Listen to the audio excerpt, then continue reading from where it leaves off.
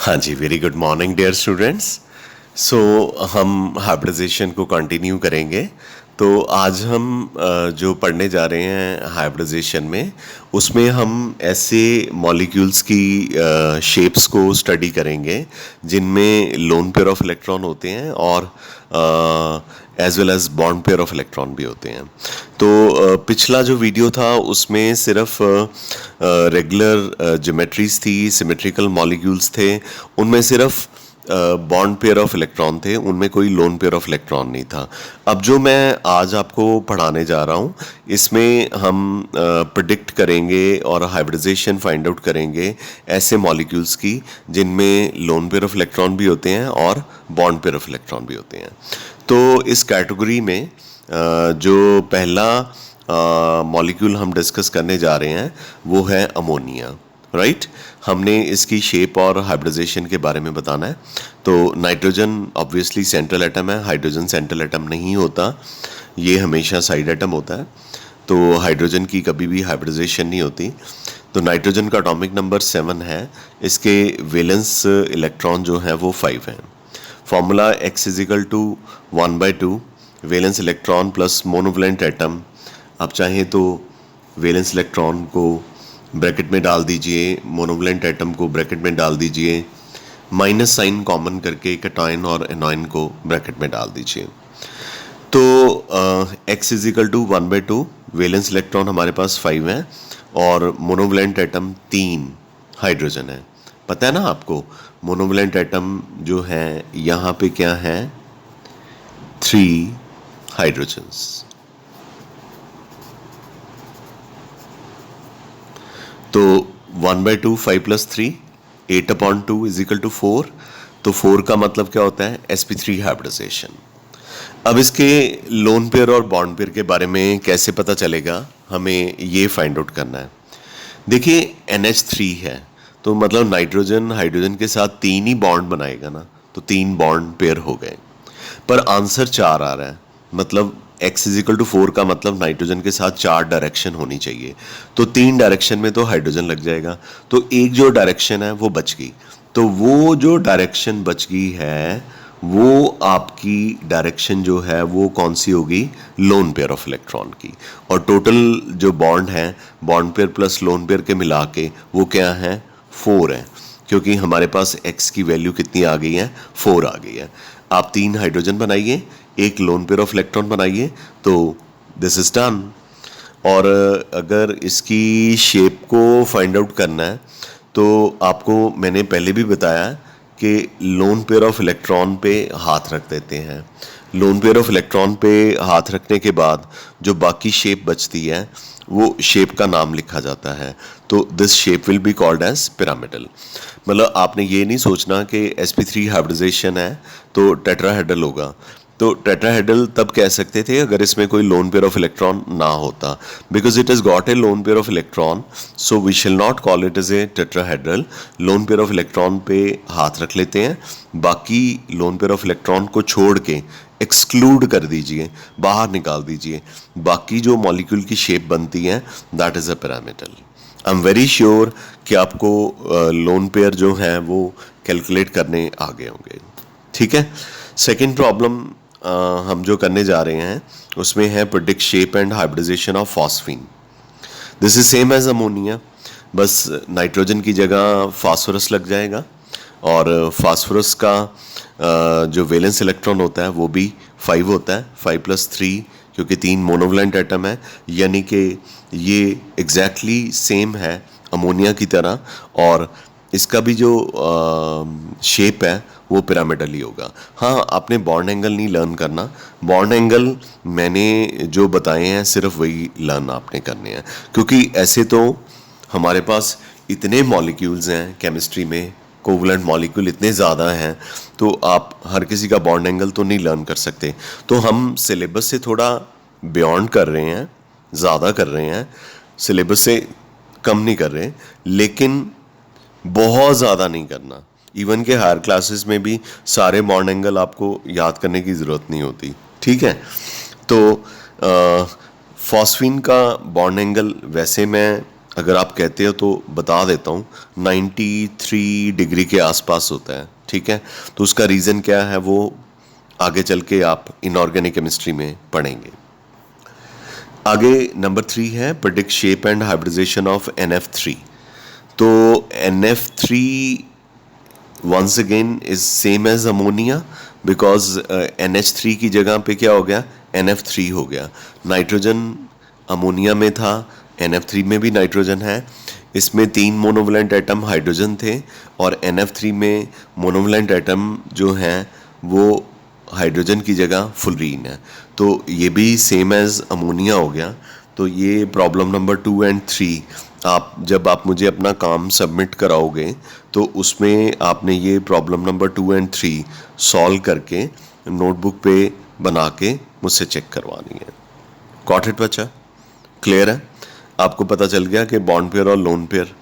But this is not the end of road.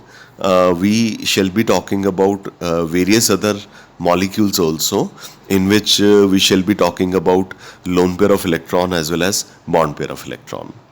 यहाँ तक clear है आप सबको? तो चलिए चलते हैं फोर्थ मॉलिक्यूल पे। फोर्थ मॉलिक्यूल है वाटर। आपने वाटर की शेप और वाटर की हाइब्रिडाइजेशन को प्रेडिक्ट करना है। तो ऑक्सीजन सेंट्रल एटम है, ठीक है। कॉन्फ़िगरेशन 2-6, वैलेंस इलेक्ट्रॉन 6 हो गए। x is equal to 1/2, valence electron को ब्रैकेट में डाल लो, बेशक मोनोवैलेंट एटम को ब्रैकेट में डाल लो।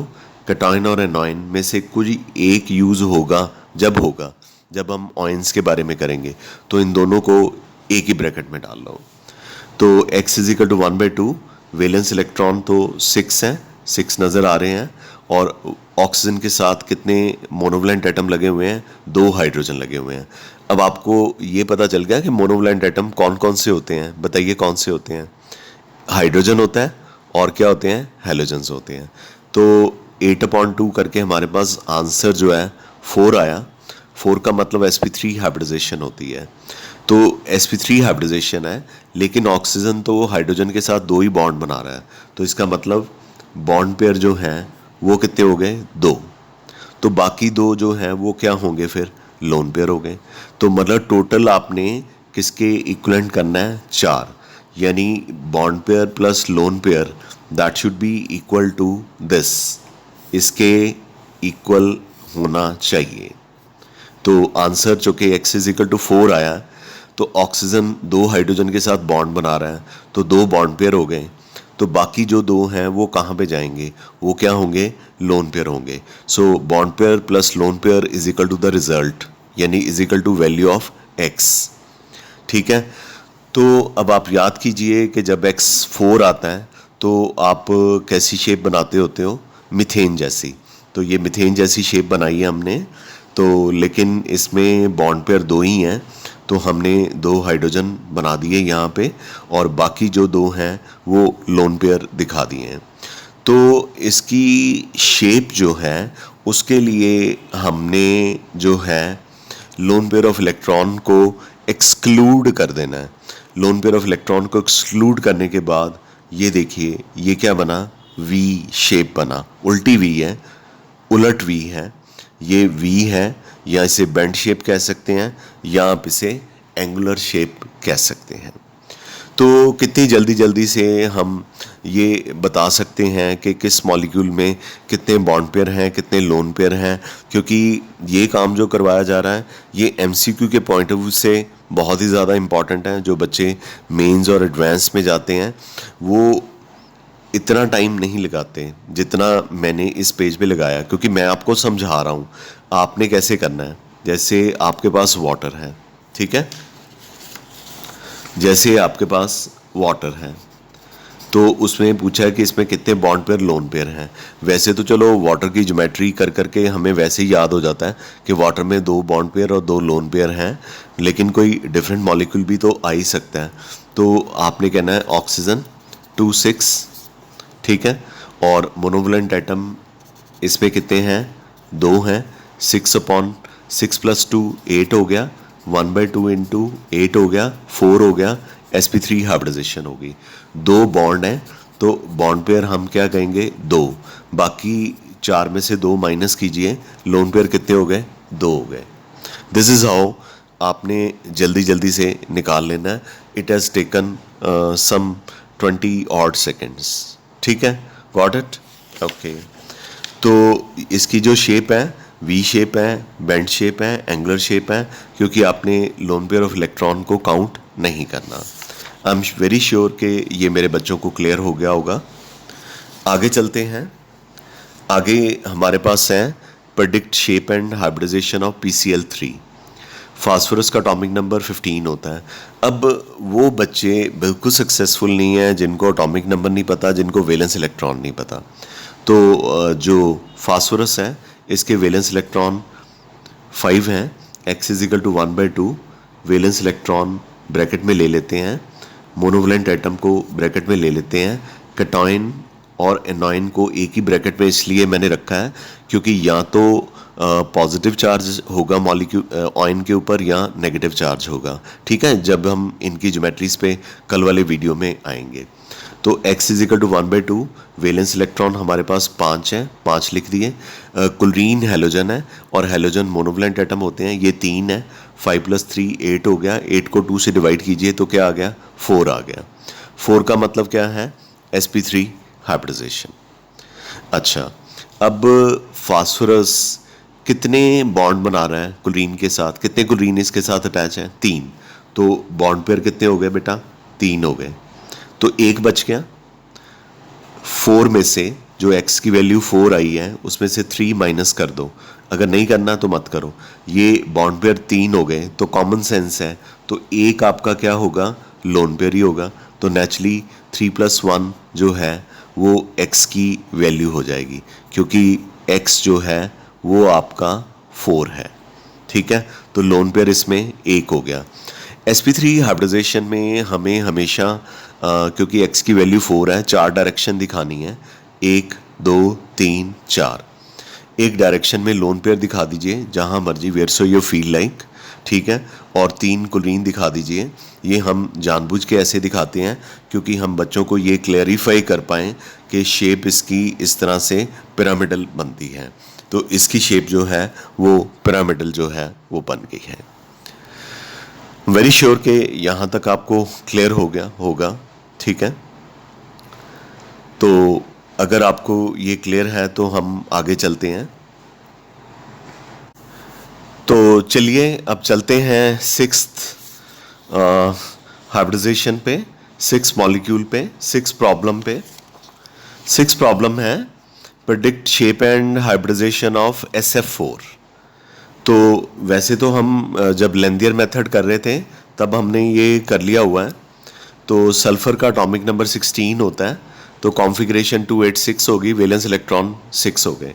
Formula x is equal to 1/2 valence electron को ब्रैकेट में डाल लो, आपकी कन्वीनियंस के लिए किया मैंने।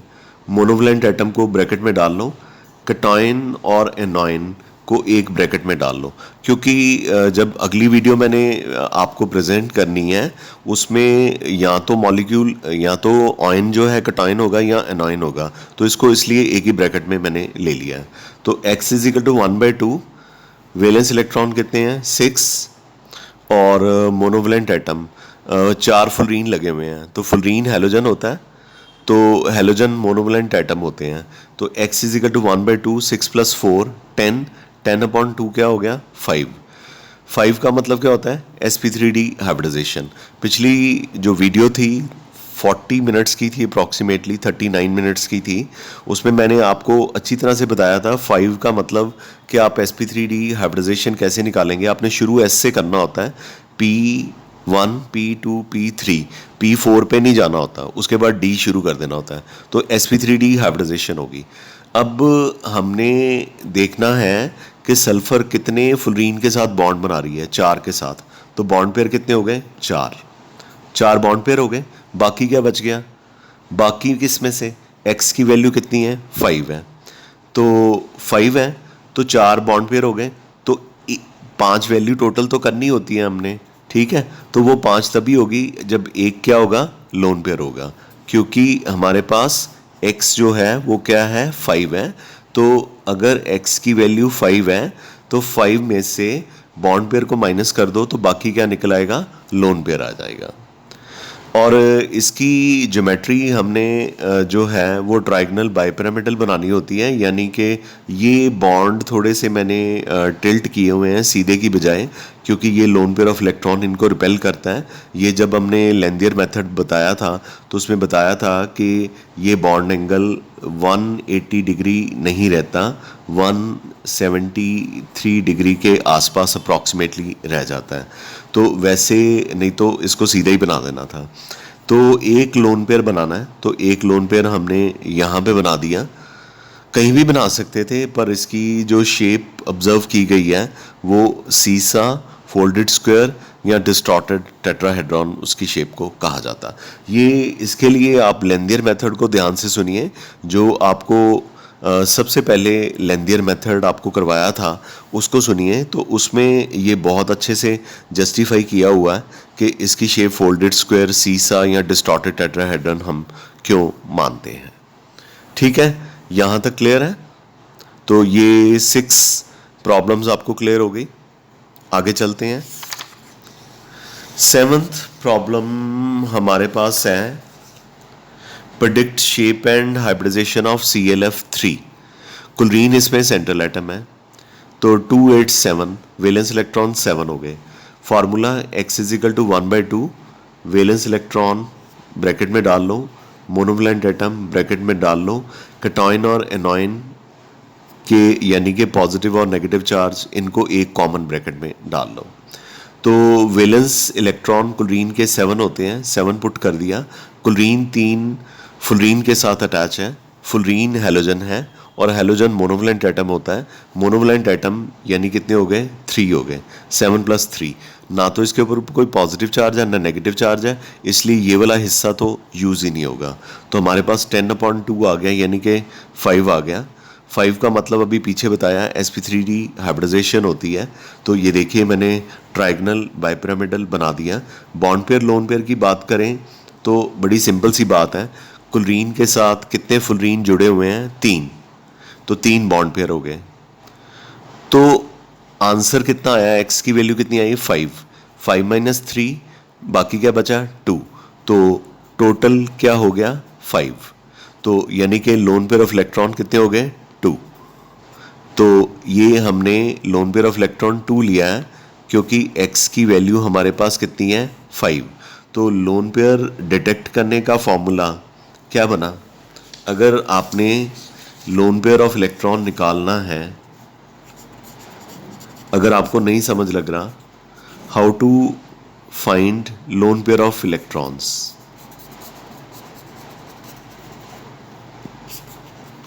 How to find lone pair of electrons, तो x में से क्या कर दीजिए, बॉन्ड पेयर को माइनस कर दीजिए, तो आपके पास क्या आ जाएगा, लोन पेयर ऑफ इलेक्ट्रॉन।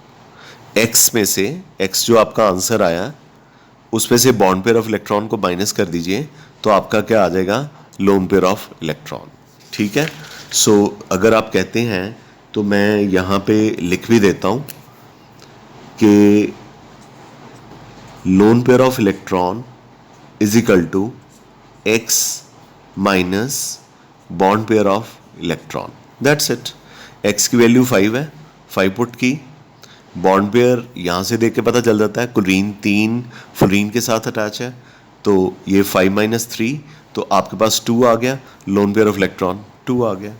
ठीक है, तो पिछली ज्योमेट्रीज में भी अगर आप कहते हैं तो ये मैं लिख देता हूँ कि लोन पेयर ऑफ इलेक्ट्रॉन को कैलकुलेट करने का फॉर्मूला जो है that's very simple, x minus bond pair of electron. यहाँ पे भी मैंने लिख दिया, यहाँ भी अगर आप कहते हो तो लिख देता हूँ कि यहाँ पे तो नीचे लिख देता हूँ, how to find lone pair of electrons. Answer simple, lone pair of electron = x minus bond pair of electron. जैसे इसी केस में देख लीजिए, कि हमारे पास x की वैल्यू 4 है,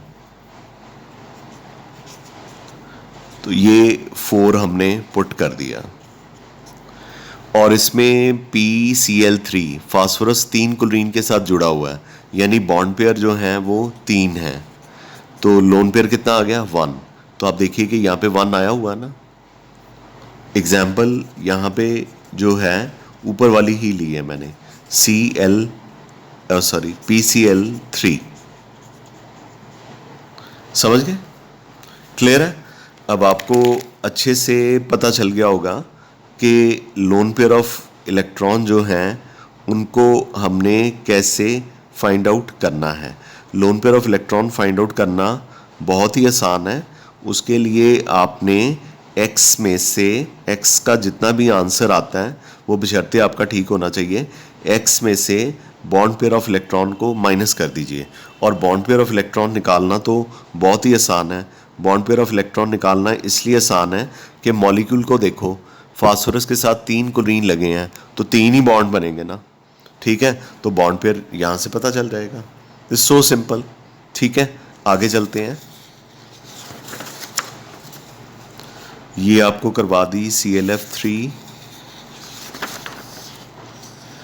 हाँ जी, ये आपको करवाई अभी रिसेंटली ClF3। इसमें लोन पेयर की और बॉन्ड पेयर की बात हो रही थी, तो लोन पेयर निकालना है तो x माइनस बॉन्ड पेयर, तो x का आंसर हमारे पास जो है 5 है, और Cl 3 फ्लोरीन के साथ अटैच है, बॉन्ड पेयर 3 हो गए, 5 माइनस 3 इज इक्वल टू 2, तो लोन पेयर कितने आ गए? 2 आ गए।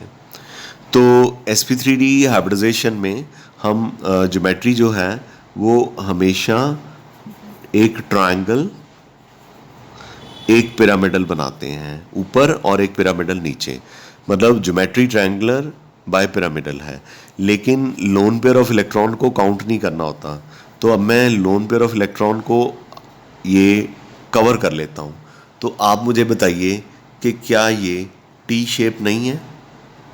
टी शेप है ना, so that is why this molecule is called as T shape. इसकी शेप जो है टी शेप है। आप अगर ये लाइन लगा के इसके ऊपर लोन पेयर नहीं शो करना चाहते तो आप ऐसे ऑर्बिटल्स बना के उसमें भी लोन पेयर दिखा सकते हो, ये आप ऐसे भी कर सकते हो, ये आपकी अपनी चॉइस है। जो 8th प्रॉब्लम है वो आप अपने आप कीजिएगा।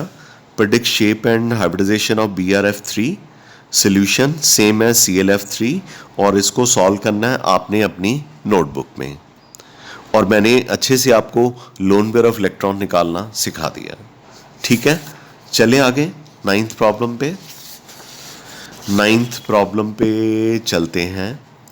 9th प्रॉब्लम में उसने कहा है predict shape and hybridisation of iodine pentafluoride, ठीक है? आयोडीन पेंटाफुलराइड, तो फार्मूला आयोडीन एक हैलोजन है, तो इसके पास हमेशा, हैलोजन के पास हमेशा कितने वैलेंस इलेक्ट्रॉन होते हैं? 7। फॉर्मूला क्या लगाएंगे? x is equal to 1/2 valence electron plus monovalent atom, cation और एनोइन को एक कॉमन ब्रैकेट में ले लीजिए। तो वैलेंस इलेक्ट्रॉन हमारे पास आयोडीन यानी हैलोजन है तो 7 है, ये 5 फ्लोरीन के साथ अटैच है, ये और फ्लोरीन जो है हैलोजन होता है, तो नेचुरली ये मोनोवैलेंट एटम हो गया, 5 मोनोवैलेंट एटम हो गए। हमारे पास आंसर जो है 6 आ गया, 6 आ गया। ये सारी शेप्स आपको किताब में नहीं मिलनी, मैं आपको पहले बता दूं, तो इसलिए नोट्स जो हैं वो आप केयरफुली रखना। तो x का आंसर तो 6 आया, 6 का मतलब s से शुरू करना है, p के 3 तक जाना है, 4 हो गए, फिर d पे चले जाइए, D1 D2, तो टोटल 6 हो गए, 1 s 3 p 4 2 d 6। अब इसमें बॉन्ड पेयर 5 हैं क्योंकि आयोडीन 5 फ्लोरीन के साथ अटैच है, तो लोन पेयर निकालने का तरीका x माइनस बॉन्ड पेयर, ठीक है? ठीक है, तो lone pair is equal to x का आंसर कितना है? 6। बॉन्ड पेयर हमारे पास कितने हैं? आयोडीन कितने फ्लोरीन के साथ अटैच है? 5 के साथ, तो लोन पेयर हमारे पास कितना आ गया? 1 आ गया। तो लोन पेयर निकालने का तरीका आपको बार बार दिखा दिया। अब क्वेश्चन ये राइज होता है कि जब x का आंसर 6 होता है, sp3d2 हाइब्रिडाइजेशन होती है, तो उसकी शेप कैसे बनानी है? SF6 जैसी। सल्फर हेक्साफुलराइड, उसमें भी तो x की वैल्यू 6 आई थी, उसमें भी तो हाइब्रिडाइजेशन sp3d2 थी, तो ये हमने SF6 बना दिया। पर एक जो 6th बॉन्ड था उसकी जगह पे, यहाँ पिरामिड था, उसकी जगह पे हमने क्या बना दिया? लोन पेयर बना दिया। अब इसकी शेप का नाम क्या होगा? शेप का नाम ये होगा, पहले तो आपको ये जो लोन पेयर है इसके ऊपर इसको कवर करना पड़ेगा। तो हमने लोन पेयर को कवर कर लिया। एक स्क्वायर बना हुआ है, जो आपको स्क्वायर नहीं नज़र आ रहा होगा, ठीक है, 3 डायमेंशन में ऐसे होता है। एक स्क्वायर है, एक पिरामिड ऊपर है, तो इसका नाम हो जाएगा स्क्वायर पिरामिडल। यानी लोन पेयर को आपने कवर करना ही करना है। Lone pair has to be covered. तो शेप का नाम हो जाएगा स्क्वायर पिरामिडल। तो आप मुझे बताइए कि लोन पेयर आपको कैलकुलेट करने आगे? ओके, एक और करवा देता हूँ। वैसे तो बहुत सारी हैं मेरे पास, पर मैं आपको जो है